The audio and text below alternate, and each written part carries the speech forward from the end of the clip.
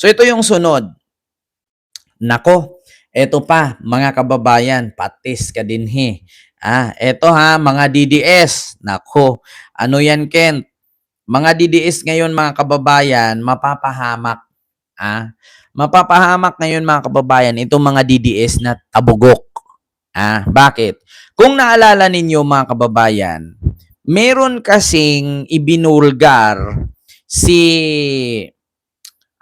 kung naalala niyo mga kababayan sa impeachment trial ni Sara sa Senate, ang sabi kasi ni Attorney Ligutan no na ang Xerox or photocopy is considered as original. Naalala niyo mga kababayan, hanapin ko lang ha. Meron kasing mga kababayan, ito ha. Hanapin natin. Attorney, wait lang, Ligutan. Ayun. Xerox, ayan. Original. Ito ha, mga kababayan, ako po, mapapahamak talaga itong mga DDS, mga kababayan. Ayan, ito ha, mga kababayan, nakalagay. Ang sabi ni Attorney Amando Berhil Ligutan, a printed version of ang electronic copy is an original. So, ang photocopy daw considered as original. So, ngayon, mga kababayan, ngayon ang mali ng mga DDS, noong narinig nila ito kay Ligutan, alam nyo anong pinagagawa nila? Alam nyo kung anong pinagagawa nila?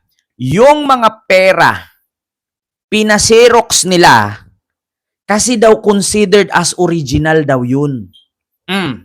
Nako, patay ka dito, mga kababayan, ayan na. Ito na mga kababayan, yung mga katangahan ng mga DDS.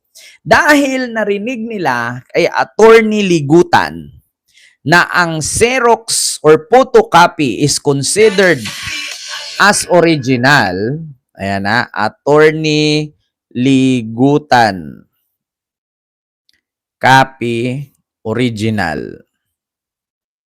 Ang ginawa nila mga kababayan, nag-imprenta sila ng pera. Ay tinuturing na original sa batas.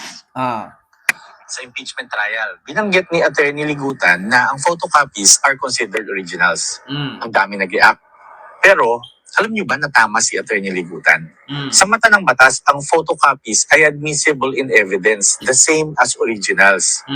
Supreme Court mismo ang nagsabi niyan sa kaso ng People versus Lastimosa na dinesisyonan noong February 3, 2025. According sa SC, a photocopy being a duplicate is admissible to the same extent as the original, absent any question of genuine question of authenticity or a showing that it is unjust or inequitable to admit a duplicate in lieu of the original.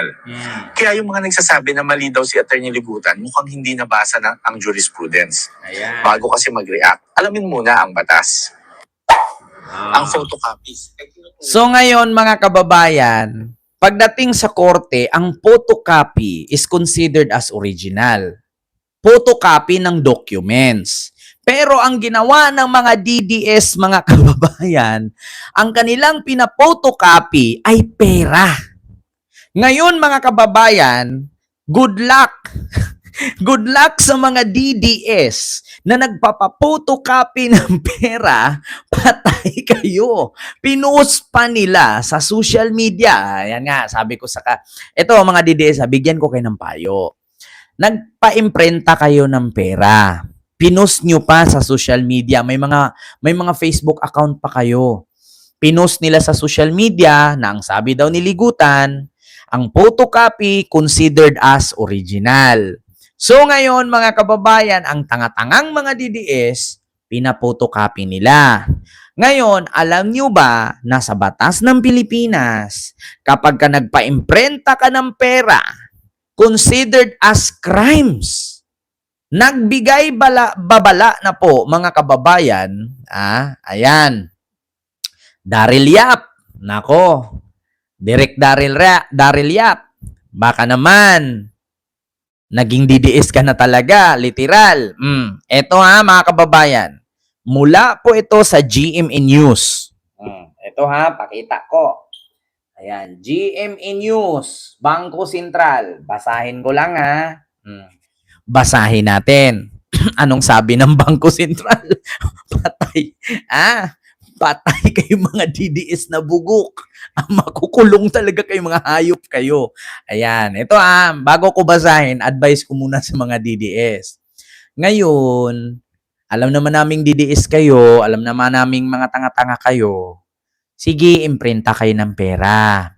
Ngayon, binastos ninyo si Attorney Ligutan kasi ang akala nyo kayo ay magaling, kayo ay tama. Ngayon, nagpa-imprinta kayo ng pera.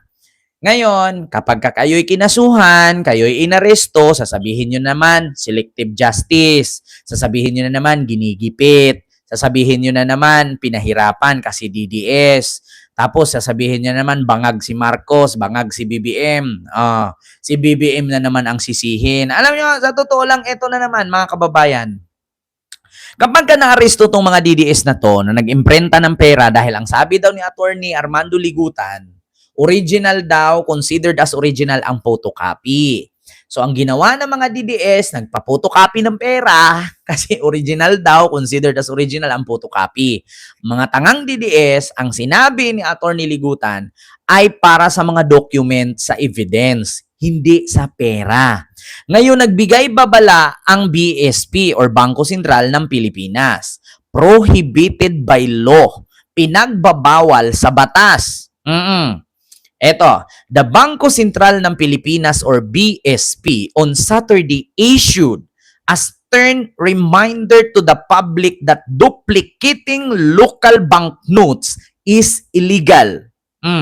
Effectively debunking claims circulating on social media that the photocopy piso bill can be used to buy goods. Ito na mga DDS. Sabi ko sa inyo, sabi ko sa inyo mga DDS, kapag kayo'y nakulong, kapag kayo'y inaresto, kay BBM na naman ang sisi ninyo. Mga bobo kasi kayo. Ayan, pabida-bida po sa social media. Akala mo mga anak kayo ng mga makapangyarihan. Akala mo mga may mutya sa gabi na hindi tinatablan. Akala mo naman may mga panggasto sa abogado pag nakasuhan. Akala mo naman tutulungan kay ni Sarah dyan. Di kayo tutulungan. Yung mga nagwiwilga. Yung tatay nga niya, hindi niya matulungan makalabas eh. Tapos, ay nako, kayo pa kaya? So, eto na nga, Ma'am Ay Malay ko. The Bangko Sentral ng Pilipinas remind the public that producing Philippine banknotes without prior for Bangko Sentral ng Pilipinas authorization is prohibited by law. Yan naman tayo eh. Di ba? Prohibited by law. Dilarang murukok. Kung sa Malaysian pa yan, dilarang murukok. Ibig sabihin, bawal magyosi. Dilarang kapi. Sa Malaysian term, pag sinabing dilarang, bawal. Dilarang, bawal. Malaysian term yung ginamit ko, syempre. Malaysian term, dilarang. Ibig sabihin, bawal. Bawal ang paggamit ng Philippine banknotes without prior ng Bangko Sentral ng Pilipinas authorization is prohibited by law. Nako, eto na, basahin natin yung comment mga kababayan. Sabi ng Supreme Court, ang photocopy as evidence ay ituturing ng katumbas ng original copy. Kaso, generalize ito ng mga DDS, kaya pati pera daw pwede na i-photocopy, o di ba? Ayan na, mga kababayan. Natatawa ako sa mga people. Photocopy is considered original. Copy when you present it evidence as sa korte. Yung narinig ko sa kanya, not a photocopy of bills. Ayan na, mga kababayan, patay ka diha. Si Ligutan may pasimuno niyan. The photocopy is now considered as original. Mga bobo pala kayo eh. Matanga-tanga pala kayo eh. Ayan. Kung naalala ninyo mga kababayan, yung mga DDS na nag-imprenta ng pera, ito iparating ko lang po sa NBI. Baka naman sakali, DDS. Ito DDS, nag-print ng pera. Nako, mga DDS Ito na nga ang sinasabi ko sa inyo. Ito mga kababayan, ayan. Photocopy of money. Ayan na, mga kababayan, mga DDS yan, ha? Mga DDS ito, mga kababayan. Ayun, July 9, 2026. Ayan, sige na. Oh, mga DDS, ayan. Ito pa, mga kababayan. Ayan, oh, ito. Ayan, yung Facebook page mo, kuya, na-present na sa NBI yan. May kasama pa yan, babae. Ayan na, mga kababayan, ha? Ala, patay kayo diha. Oh, ito. Oh, ito mga kababayan. Oh, ayan. Kuya, ate. Baka naman magugulat kayo, dadamputin kayo ng NBI. Baka naman magugulat ka ngayon, makukulong at makakasuhan ka ng Bangko Sentral. Kung sino man po itong DDS na dalawang to, pangiti-ngiti kayo ngayon, baka paiyak-iyak kayo later. Tapos sasabihin nyo na naman, ginigipit kayo ni BBM. Tapos sasabihin nyo na naman, ayan na. Ayan na, mga kababayan. Baka naman, sasabihin, ginigipit na naman kayo ni Marcos, pinag-initan na naman kayo ni Marcos. Ngiti-ngiti kayo. Ayan, di ba? Ngiti-ngiti ang dalawa, mga kababayan. Basahin ko lang. Ilang netizen nanganib makasuhan dahil sa pagpapaputokopy ng pera. Ayan na, kuya, kayo yung nag-trending dalawa ni ate. Na patay ka dia si ate, marami pa namang pang kiss-kiss sa mukha kasi kumikintab ang mukha. Ate, pag nakasuhan ka sa loob, wala ka ng stringent doon. Padalhan ka na lang namin ng chinchansu. Ayan na, kuya, sinabi ko sa kuya, sinayang mo lang buhay mo sa katangahan mo. Di ba? Sabi ko nga sa inyo mga kababayan, na ayun na, nagpa-imprenta na ng pera ang mga tanga. Ay Diyos ko, paano kung nasira ang papel na pera? Ayan. Sabi ko nga sa inyo mga kababayan, minsan, itong mga DDS, kapag ka nagsama-sama yan, nakakabuo yan ng mga bagay na ikakapahamak nila. Ako po'y nanawagan sa mga DDS na nag-imprinta ng pera. Sabi ko sa inyo, wag po kayo magsama-sama. Kasi bakit? Kapag ka nagsama-sama kayo, nakakabuo kayo ng mga bagay na ikakapahamak. Tignan ninyo, nagsama-sama kayo. Di ba nagsama-sama kayo sa Hong Kong? Anong nangyari? Nakulong si Digong. Ay, kayo naman, mga DDS, O, sige, bigyan ko kayo ng O, sige, tayo? Mag-mesmerize tayo, ha? Anong nangyari? Nagsama-sama kayo sa Hong Kong. Anong nangyari? Nakulong si Digong. Ngayon, dinala sa dahig.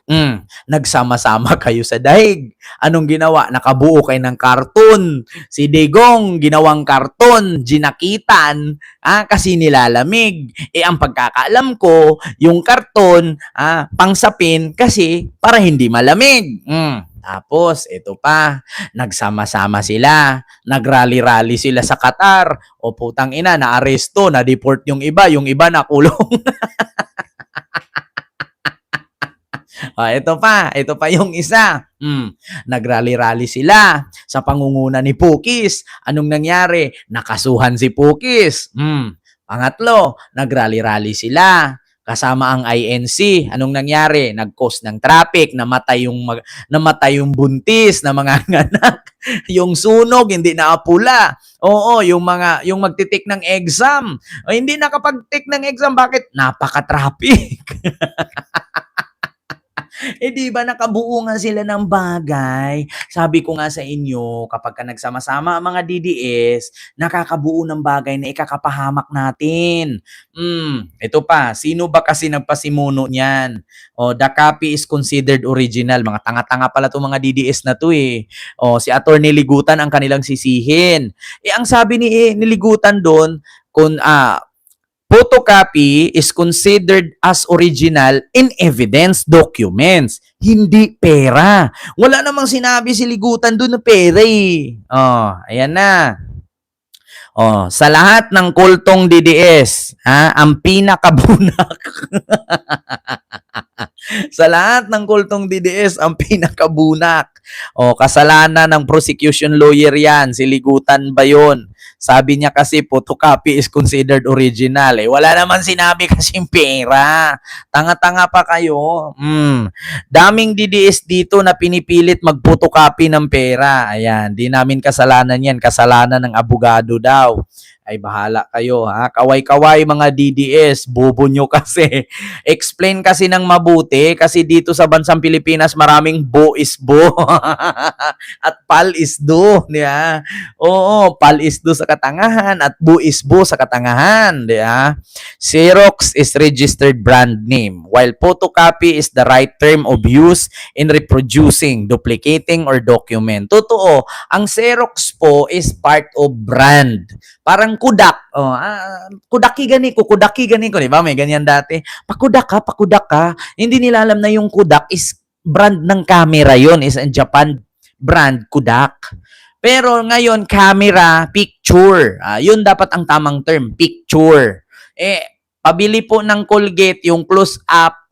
Pabili po ng yung Palmolive, yung Sunsilk ba? May mga ganyan eh. Mga DDS, mahilig sa ganyan. Pa-Xerox, di ba? Ay, photocopy pala. Ay, nako. Basta DDS talaga, ganyan ang tatahakin ng pag-iisip nila. Di ba? Ay, akala ko original na ang Xerox. Isa pa to, si Grace Rondilia. Original daw ang Xerox. Ang Xerox nga, brand name nga, yun ang machine. Ang tawag dun is photocopy nga. Wag tanga, abutan daw ng maleta, BSP. Sasabihin na naman daw ng DDS na abutan daw ng maleta ang Bangko Sentral. Putang ina, abutan mo pa maleta, dyan na nga yung pera. Ayan ang irarason na naman ng mga DDS ang Bangko Sentral na bayaran na naman ng maleta. Kaya papakulong sila. Ay, ambot, yahak. Kapagod ba, oy? Ay, nako, kapagod talaga mga kababayan. Ang daming bobo talaga sa Pilipinas.